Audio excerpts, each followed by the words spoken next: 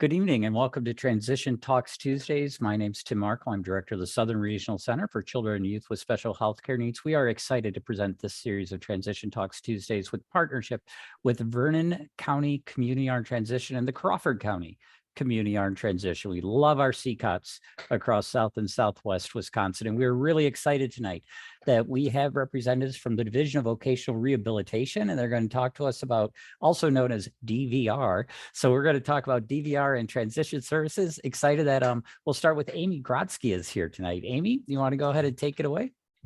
Sure. Hello, everybody. Welcome to DVR Transition Tuesday virtual presentation on Ready to Work, Finding and Keeping Integrated Employment. My name is Amy Grotzke, and I'm the District Director for Western Wisconsin.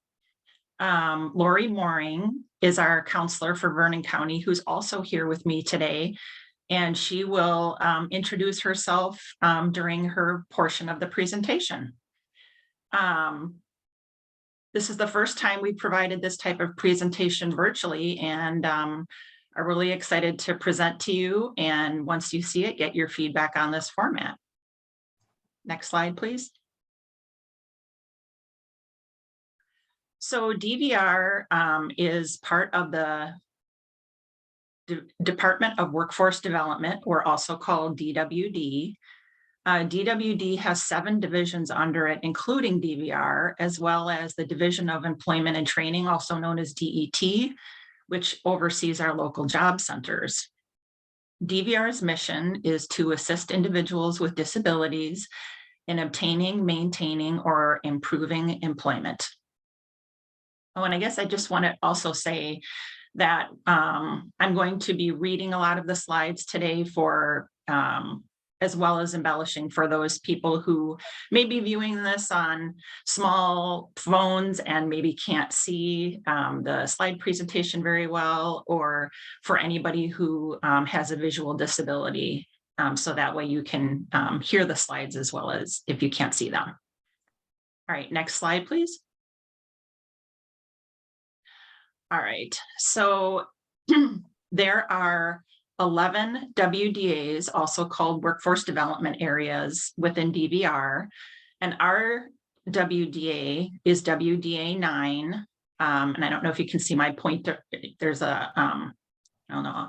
There's WDA 9 is in the western part in the kind of purplish blue over there. And WDA 9 consists of Buffalo, Trempealeau, Jackson, La Crosse, Monroe, Juneau, Vernon, and Crawford counties. We have 2 main offices within our WDA. Our main office is located in La Crosse. And our counselors from there are what we call itinerant counselors. They travel out to their counties and they cover Buffalo, Trempealeau, Jackson, La Crosse, and Monroe. And then we have 2 counselors in our Viroqua office. We currently have 1 vacancy, and that covers Juneau County, and then Lori covers Vernon County. We also currently have a vacancy for a vocational rehab specialist who will be stationed out of Viroqua, but will be covering Crawford County. Next slide, please. All right, so school and DVR partnerships. DVR is an enhanced transition partner with the schools. We provide services and supports to increase employment outcomes for students with disabilities. DVR and school staff collaborate as outlined in the tag called the Transition Action Guide.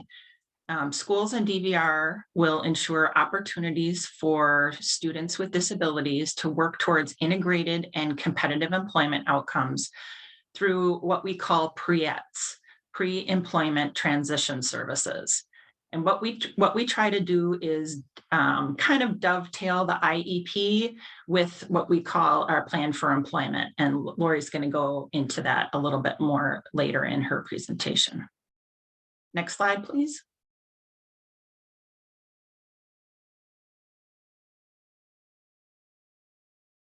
We go on to the next. Oh, all right, you did. Thank you. So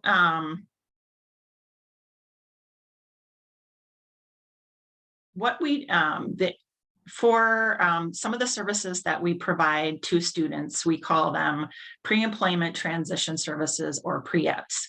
And as I said, DVR collaborates with the schools to arrange and provide the following PREET services. There's job exploration and counseling. And underneath that, there's things that we do like assessment, vocational counseling, work incentive and benefits counseling, auxiliary aids and services, and job exploration. Then there's work-based learning services. And underneath that, we provide student work-based learning, which I guess is formally, it's basically job development with students, where we're helping somebody to find a job, usually part-time while they're in school, to help them gain skills. We can also do job referrals. We are a partner with Project Search, which is a collaboration. Currently, we have a Project Search site here in La Crosse, and we have a partnership with Gunderson Hospital and also Holman High School. And actually students from all over, and I know we've had some from Crawford and even Vernon, come into our Project Search. That's something we can go into a little bit more detail at a later time. If anybody wants to reach out and contact me, I'd be happy to give you more information. But we also, underneath work-based learning, there's things like training. We can help connect students to apprenticeship. We have state LTE internship opportunities. We can help provide temporary work. There's something called a student OJT, which is on the job training, where we can reimburse an employer for part of wages. We can also help provide workplace materials and tools, provide job shadows, and there's a lot of other things underneath that. The third pre-employment transition service that we provide is counseling on opportunities for transitionary or post-secondary. So we provide post-secondary counseling, help a student to take a look at different schools, what their strengths are, if they have the capability to go on to school, things like that. The fourth thing is workplace readiness training. So we can provide a number of things under here, like orientation and mobility, disability skills training, job readiness training, and things like that. And then the fifth thing under PREETs that we provide is instruction on self-advocacy, which includes peer mentoring. And we partner with our independent living centers to provide those services. And later we'll go through a case example to help you see some of the individualized services selected for a student to help you gain a little bit more insight. Next slide, please. So this says virtual services on the slide, but actually we can provide them virtually or in person. These are services that when we went into COVID, we wanted to figure out a way to how can we still work with students. And so these are the types that we created things that would work for students who are at home. And we know even now there are some students who have hybrid, and there's some students who get their education at home from parents or others. And so we can still provide virtual or in person. So the first thing is Explore Work.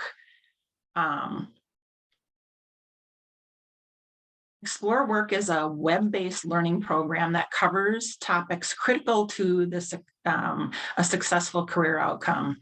And some of the topics that are provided under Explore Work are things like career planning and job exploration, a first work experience, school beyond high school, work readiness, and self-advocacy. Then underneath job shadow, then we have job shadows. where service providers can provide this service virtually through guided activities and videos. There's a number of different videos on different types of jobs. They can meet with an employer using FaceTime, Skype, WebEx, etc. And we also do in-person job shadows as well. And we can have a student go there independently, or we can provide support during a job shadow as well. We also have a service called Skills to Pay the Bills. It just sounds like you're going over money, but that's not it. There's a lot of different things underneath Skills to Pay the Bills. There's curriculum that includes communication skills. How do you communicate properly with people at work? Enthusiasm and attitude, teamwork, how to be a good team player at work, networking, problem solving and critical thinking, and professionalism. And so another service is self-advocacy. Self-advocacy is covered under Explore Work, but there are some times where a student would benefit from a group setting where they can talk about self-advocacy with each other, or there might be self-advocacy might be a primary focus for the student where you might want to go more in depth with self-advocacy. And so we can utilize that as a separate service. Also not included on this slide, but I wanted to mention is a newer service in our WDA that comes through our Independent Living Center, which is called Trees. And it is a service that can be done in person or virtually, and it talks about boundaries. So we found that as a need in our district, and wanted to just make sure that you know that we have that available to use with students and adults as well. Next slide, please. And so potentially eligible. Wanted to go into this a little bit. Potentially eligible student is a student with a disability who's in high school or a post-secondary education program, is 14 to 21 years old, has an individualized education plan, IEP, a 504 plan, or a documented disability, and they have not been determined eligible for or ineligible for DVR. So a little bit of background. WIOA requires each state in collaboration with schools to ensure that pre-employment transition services are provided to all students with disabilities that are in need of services. So services must be available to all students regardless of whether the student has applied to DVR or been determined eligible for services. But there are some factors. So only pre-ET services in the 5 areas that I discussed in the previous slide can be provided under pre-ETs. DVR funded pre-ETs for potentially eligible are considered to be very light touch and not individualized. But if additional services are needed, the students can apply for DVR services. And how to get in, to get eligible for pre-ETs is, like I said, if a student is 18 years of age or older and has a legal guardian, the guardian must sign the form and DVR must be able to obtain paperwork. The disability must be verified, but if the school signs the form, then this serves as documentation that the student has a disability for potentially eligible purposes. If the school does not sign the form, then disability documentation such as the IEP or medical records or psychological records must be obtained to provide these types of services. And so when to make a potentially eligible referral versus a regular one. A lot of the times when we use potentially eligible is when we're trying to do like some of those curriculums that I talked about earlier. And maybe there's only a few students who are in DVR that want that. And, if it's a group type setting, having like 6 to 8 students is ideal for conversation. So we might use potentially eligible to get some other students who really don't want to go into, all the DVR services, but might benefit from a class or two. We could use potentially eligible to connect them to those group classes. So that's just an example of when we might use that. Okay, so next slide, please. And so now I'm going to turn over the presentation to Lori, who is going to introduce herself and continue on with the presentation. Thank you very much. Hello, good evening.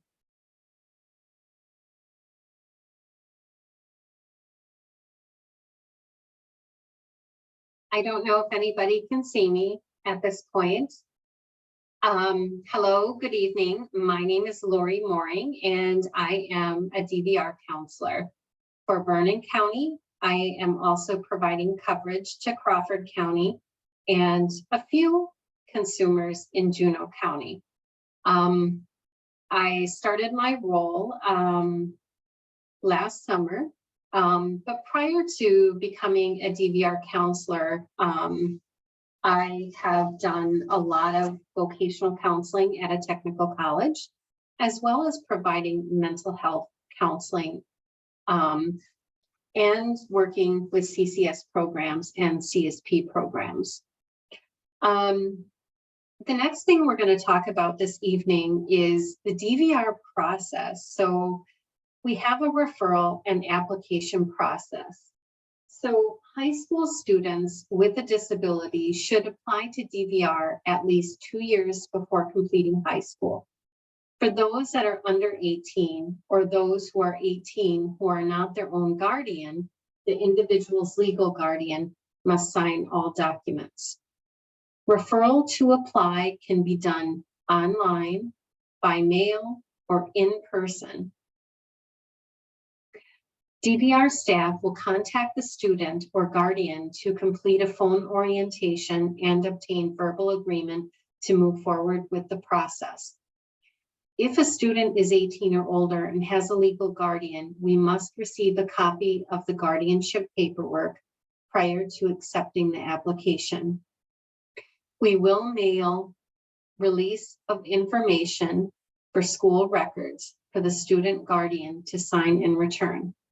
Once the student or guardian has agreed to move forward with DVR services and guardianship paperwork is received, if it's necessary, then the case will be referred to SVRI. SVRI is the agency that DVR is in partnership with that will complete the intake for eligibility and recommendation. SVRI will call the student and guardian to complete an intake. If there is an appointment contact listed on the referral, such as a teacher, SVRI will contact the appointment contact for assistance with arranging the meeting if needed. Next.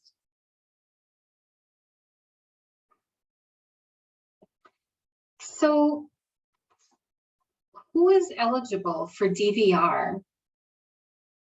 To be eligible for DVR services, you must have a documented medical or psychological disability that presents a barrier to employment and requires DVR services. DVR staff will work with the applicant to gather needed written documentation and sign releases, schedule a meeting to discuss the applicant's disability and needs, use existing information to the greatest extent possible, such as your current IEP, functional screen, previous medical records, and so forth. We will also help you refer the applicant for additional assessment if needed. Information from the intake as well as the medical school records are used to determine eligibility. For those of you who have worked with DVR before, I'm happy to let you know that we updated our guidance with things that make the process easier and more efficient for staff, and will get high school students through the eligibility process quicker. Now, any IEP categorized as OHI, meaning other health impairment, or EBD, emotional behavioral disability, that includes a specific diagnosis in the IEP that qualified them for an OHI or EBD IEP, may be used for disability documentation. We no longer need to see within the IEP the professional who gave diagnosis, nor the date of diagnosis to accept the IEP as documentation. For example, an IEP categorized as OHI, which states somewhere in the IEP that the consumer has ADHD, is acceptable documentation. Additionally, we will now accept educational autism as a disability diagnosis. If the IEP does not have a diagnosis listed, staff are being told that best practice is first to reach out to the high school for verbal confirmation. Verbal confirmation of a diagnosis can be accepted from a student's teacher, school psychologist, or other professional who has access to this information. The verbal confirmation and who provided it must be documented in the case file. If the school is not able to confirm a diagnosis, we should proceed with seeking other medical documentation. Next. So the next step in the process is, what is order of selection? Order of selection evaluates how a person's disability affects 7 different areas that relate to work. The 7 different areas include mobility, communication, self-care, self-direction, interpersonal skills and acceptance, work tolerance, and work skills. As required by federal law, DVR serves those with the most serious limitations due to disability first. When we can't serve everyone immediately, we use an order of selection process. We gather information during the intake about limitations in those 7 areas I mentioned. Currently, consumers in categories 1 and 2 are served immediately. Consumers who are in category 3 are placed on a waiting list. Please help your student prepare to answer questions about their limitations from their disability in these areas. The DVR counselor will send a letter notifying the student of their eligibility and order of selection determination. If the student is eligible and in category 1 or 2, the letter will request them to contact their counselor to schedule an appointment. Next slide.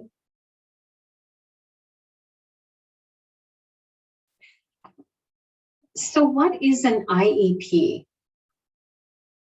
An IEP is an individualized plan for employment. So this is not to be confused with an IEP, individualized education program. I may have even just did that right now. So when I'm meeting with students, oftentimes I will actually say individual employment plan. So not to confuse the two.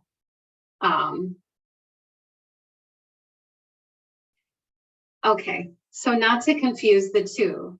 Individual plan for employment, and you have an individualized education program with the school. So oftentimes when I am meeting with schools or even a student, I will actually spell it out rather than using the acronym. So not to cause confusion, because it can be confusing, especially if a teacher calls up or a family member and says, would you like to attend this meeting, IEP or IPE? They're very similar. So an IPE is an individualized plan for employment, not to be confused with individualized education program. DVR helps consumers develop a plan to find a job, keep a job, or get a better job. So after eligibility is determined, a meeting will be set up by phone or virtually. While teachers are doing their own forms of career exploration, DVR can assist in more hands-on experiences, job shadows, internships, individual meetings to do some career exploration, to talk about vocational needs after high school. There's different services that we can do that complement what is provided in the schools as well. So this helps bridge the information they learn in class to the real world. Next. So how to prepare for your IPE meeting. So as I said, after an eligibility letter is sent out, a meeting will be the next step to discuss employment goals. Just like you all prepare for the IEP meetings and invite the team, DVR is also considering the same. So it's important to determine who should be present at the IPE meeting. Who are the people that support the student? The support team provides valuable information when determining an employment goal. Also, it's important to discuss interests and strengths of the student. What's a feasible goal? We want to be in tune in on the strengths.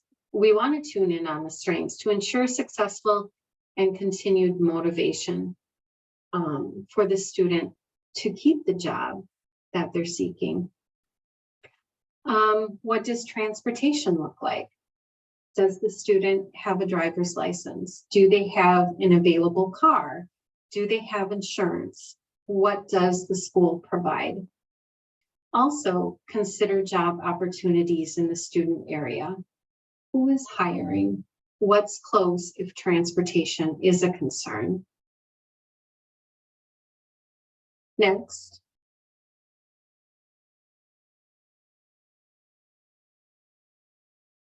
And finally, we have the end goal of community integrated employment. So DVR provides services to individuals seeking employment that is competitive and integrated.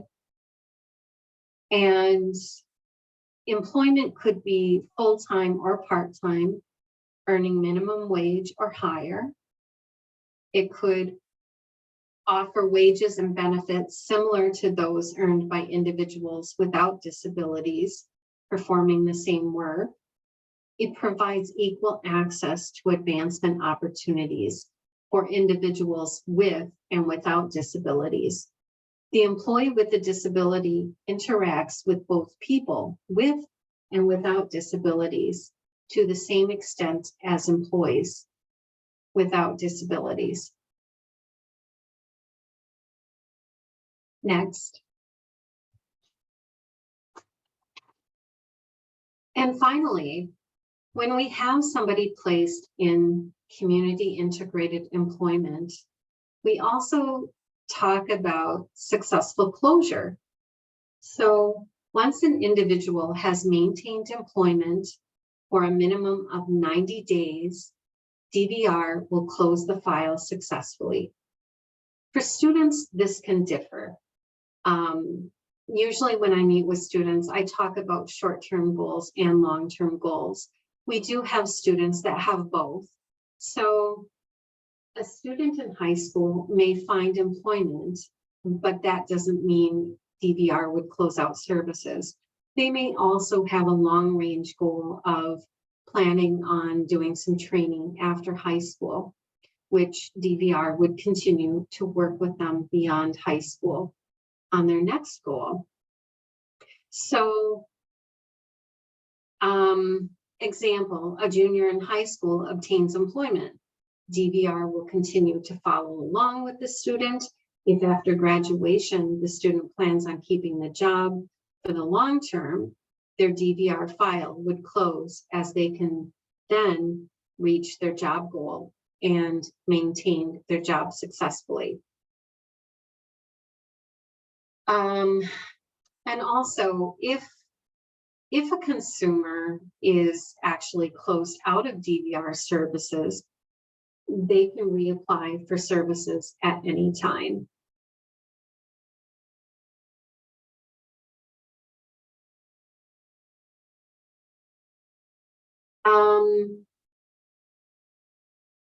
I think I'm going to put in a plug. There's something else that I want to say about the previous slide, and that would be for consumers in supported or customized employment, the 90-day time frame begins following the transition to long-term support.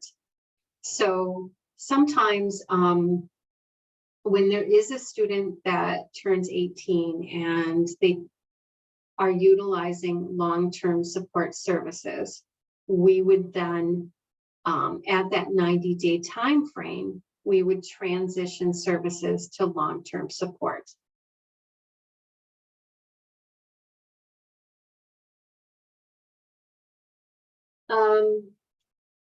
So as we move on, I want to be able to provide a case example.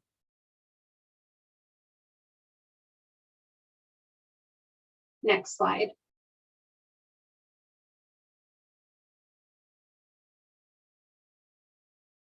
Next slide.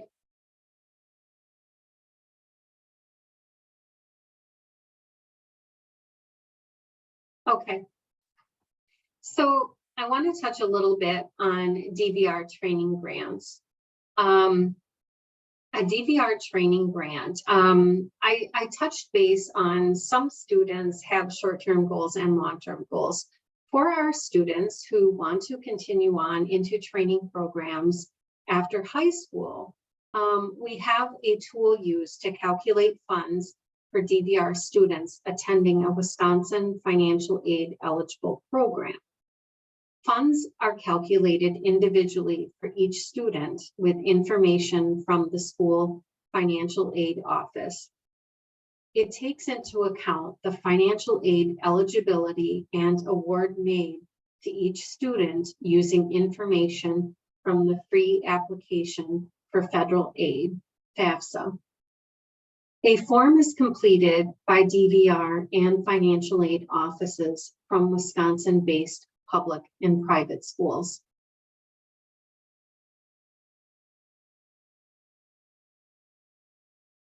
Okay, and next we come to a case example.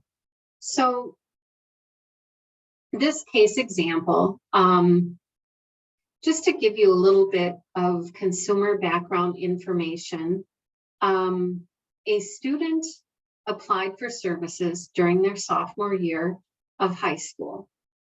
The student was referred by the high school because of limitations related to autism.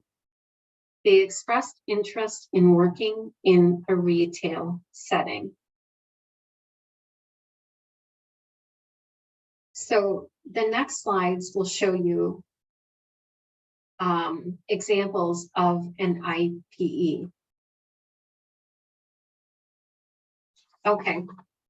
So here's an example of an individualized plan for employment, IPE. So this is a plan template that DVR utilizes with students, actually with students and adults. At the top of the plan, as you can see, we would have the consumer's name, we would have a case number attached to the consumer's name, and we would also have a date. As you go down farther, we also have their long-term employment goal. As you can see in this example, the person's goal is stocking. Oftentimes when I'm working with a student, when creating a long-term employment goal, I like to use the consumer's words. So I may put an entire sentence or two in this area that reflects exactly what you state to me as being your goal. So the date that you will reach this goal, oftentimes these IPEs are good for a year. But with each person, we can identify dates, within the year of when you believe you would reach your goal. And I always tell my students that this is a document that's fluid. Nothing is set in stone. So during our meetings throughout the course of a year, when we identify that things change, maybe we need to add additional services or supports, we can always change that. And we can add things, we can remove things that were completed. So with this person, with this consumer example, we have primary services that are listed to assist this student. And the primary services include vocational guidance and counseling that's offered by DVR, skills to pay the bills, temporary work experiences or an internship, and student work-based learning services, and job coaching. So these are all services that we coordinate with families and schools. So the group classes of skills to pay the bills and self-advocacy were coordinated with a local service provider and high school staff. These services were provided to assist this consumer in developing soft skills and self-advocacy prior to finding employment. As she also receives Social Security benefits, a work incentives benefit analysis was completed also. She was able to complete an internship work experience at Hope Gospel Thrift Store as she expressed interest in retail. Her school day was able to end early to accommodate for her work shifts. She then obtained a permanent position at Goodwill 2 months prior to graduating. Skill instruction was provided by a local service provider when starting employment to assist in developing natural supports and learning her position. She was closed successfully after 3 months on the job. Next slide. So this is also part of the IPE plan. So the plan will also include progress measures, and these are progress measures that are created with DVR that will outline measurables or like expectations and outcomes. And we also include what the student is responsible for. Take, for example, in this case example, it says the student will contact their DVR counselor monthly. They will keep their DVR counselor posted to my address, phone changes. I will notify DVR with changes in my employment plan. So that's an example. And then there's also things that DVR is responsible for. For example, in this case, DVR will be responsible for providing the ongoing maintenance of this plan to be reviewed at least yearly. DVR staff will provide ongoing guidance and support, addressing plan-related issues as necessary. So each plan is really individualized for each student based on their needs and and resources that are available or not available to them. So what one student has at your school, another student's plan may be completely different.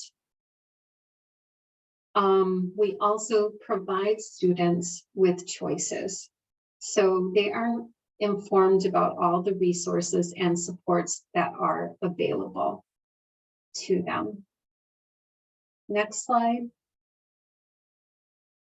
So at the bottom of an IPE, in this case example, there is a requirement for IPEs to be signed. And as noted earlier in the presentation, consumers, once they're 18 or older, we receive their signature. Unless they have a guardian, we would need their signature.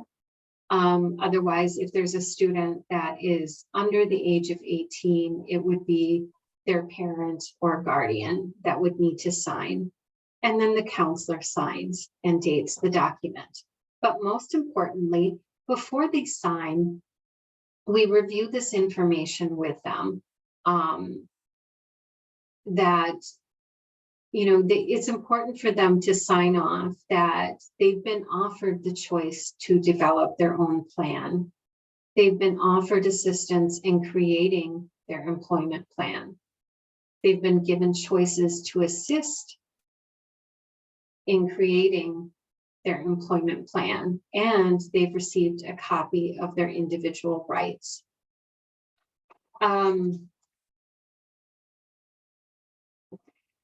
So at the end of the document, we also have additional information that we cover with students, and that includes reviewing our financial agreement with you that provides information about how we pay for services. We also provide the consumer rights information. Once signed, we make a referral to the service provider of your choice. Next slide. So just a few reminders as we move on. These are important reminders. It's important to invite DVR counselors to attend your IEP meetings at the school. See, I did it. Your individual educational plan meetings. It's very important that we're invited. While we may not be active in the decision-making with your IEP meetings, it's still very important because as you're in high school, you're getting ready to transition to the adult world. And we want to make sure to provide information of support services that we can put into place for you that can complement what the school is doing and how we can support you once you graduate high school and moving forward. So information that we obtain at the IEP meetings can also be helpful for DVR counselors to know, as well as your service providers, in order to provide the best services and to understand you as well as far as what support you would need in the workplace. So DVR's mission, we're here to help individuals with disabilities obtain and maintain employment. When in doubt, please ask questions. Next slide. So there's additional information for you to explore. We do have a website. As you can see, you can actually go to that website and we have a lot of information on transition services. If you want to take a look, you can explore more about training grants, career exploration. The Wisconsin Technical College system has information out there, University of Wisconsin system. There's just a lot of helpful information, but I think if anybody has any questions, really, please reach out. My information was provided at the beginning of the presentation. Amy is also available. We do have a main DVR number that you could also reach out to. So anyways, at this time, I'm going to open it up for questions. If anybody has questions, please feel free to speak up.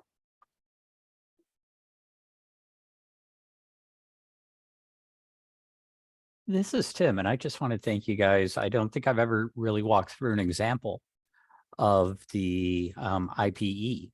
And so that was really helpful to be able to see that and what the different parts are. So I really appreciate you including that in the case example in. So thank you so much for that. Yes, you're welcome.